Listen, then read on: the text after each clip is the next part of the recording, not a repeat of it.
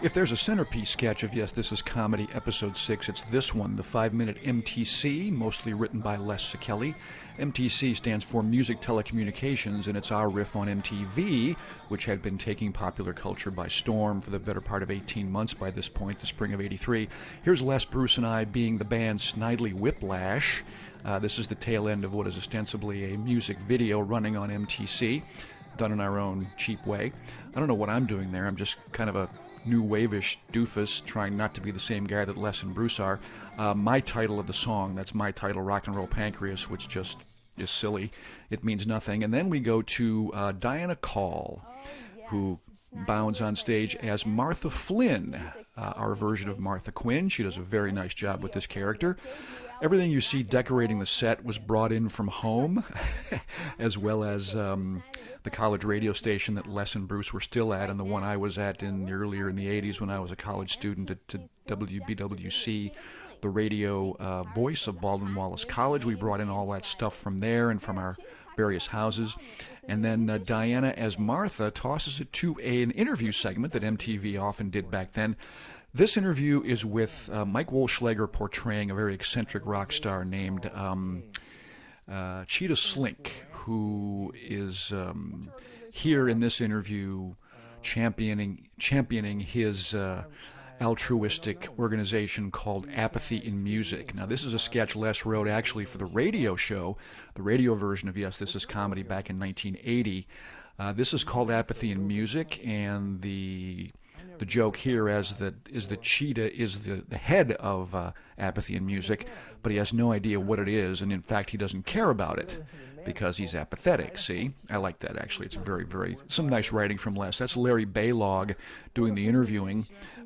He was an intern at Cox Cable at the time. Does a nice job with the straight interview piece. Whoosh, that's Mike's nickname, Whoosh, Mike Wolschleger. I could always count on him to be eccentric and come in with his own weird look and drop some really nice ad-libs, which is why we had him on the show as a supporting actor.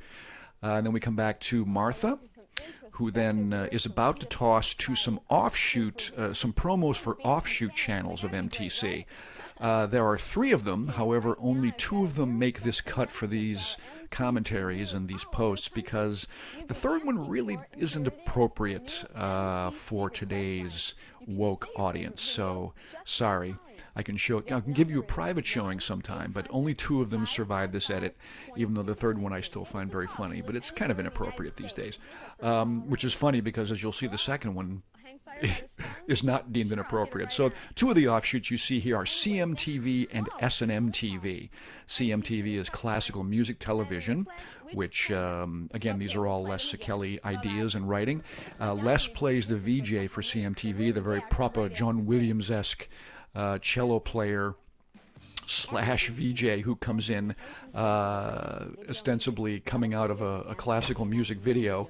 He was looking for a piece to use, and I gave him Dukas' The Sorcerer's Apprentice, which he used. And the cello you see was actually brought in by my fiance at the time, Jean, who was working at teaching music at Incarnate Word Academy, a school in Northeast Ohio, and she brought the cello in, and we had a bit here where I threw the bow of the cello into Les, which he would catch, and then half the takes he would play below the bridge, which of course is not correct, so we had to do it several times. Then we cut to S&M TV, which features Jim Bonnett and Karen Renaudin of the Cox Cable production staff doing a little riff on good video, How Good Was It?